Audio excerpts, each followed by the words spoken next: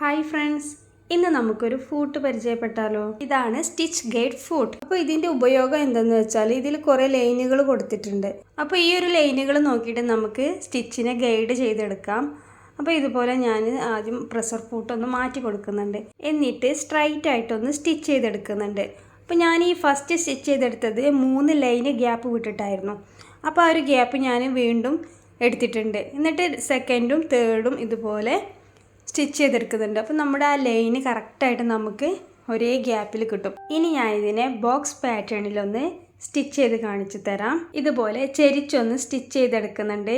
8 line ഗ്യാപ്പിലാണ് ഞാനിത് stitch ചെയ്തെടുക്കുന്നത്. Maximum 10 ലൈനാണ് ഉള്ളത്. ഇതിൻ്റെ ഓപ്പോസിറ്റ് സൈഡിലും 8 ലൈൻ ഗ്യാപ്പിൽ സ്റ്റിച്ച് ചെയ്തെടുക്കുന്നുണ്ട്. അപ്പോൾ ഇതുപോലെ നമുക്ക് സ്ലീവ്സിലും നെക്കിൻ്റെ ആ ഒരു ഭാഗത്തൊക്കെ എംബ്രോയിഡറി ചെയ്തെടുക്കാൻ വളരെ ഈസിയാണ്. ഇതുപോലുള്ള വീഡിയോസിനായിട്ട് എൻ്റെ ഈ ഒരു ചാനൽ സബ്സ്ക്രൈബ് ചെയ്യാനും ലൈക്ക് ചെയ്യാനും മറക്കരുത്.